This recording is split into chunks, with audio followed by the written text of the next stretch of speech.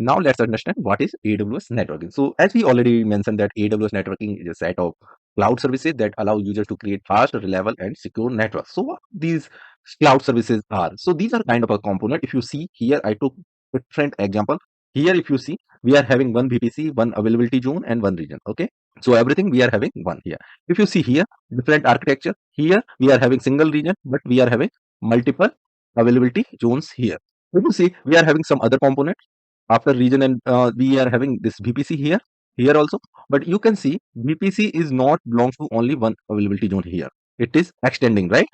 So we can say VPC is can work with multiple availability zone, but within a region we can have that VPC. Means this VPC can't cross this region. Similarly, if you see other components like subnets, we are having subnets. Here we are having public subnet. Okay. So this subnet can be anything. Means there are different kind of subnet that we will talk about. And then we are having some instances. These are the cloud machines, or we can say EC2 instances on AWS. And we are having security group as well.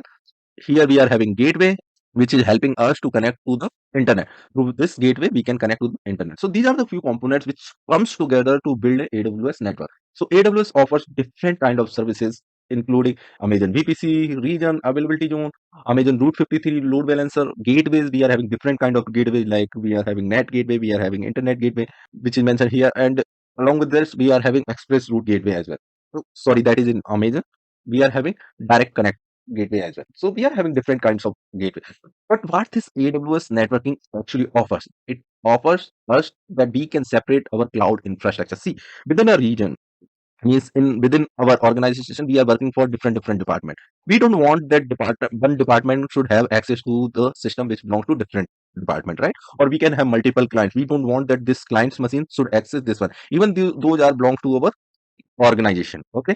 So what will happen? This VPC, you can see, right? This VPC help us to separate this particular network into multiple. So we can have separate network for this client, for example, A client, for B client, and for C client. We can have different network. Similarly, it can help us to scale up our workload request. And also this network, what we are going to discuss, it help us to connect physical network to the personal private virtual network. So here the gateway, you can see here it is helping us to connect to the internets. Similarly, we are having direct connect.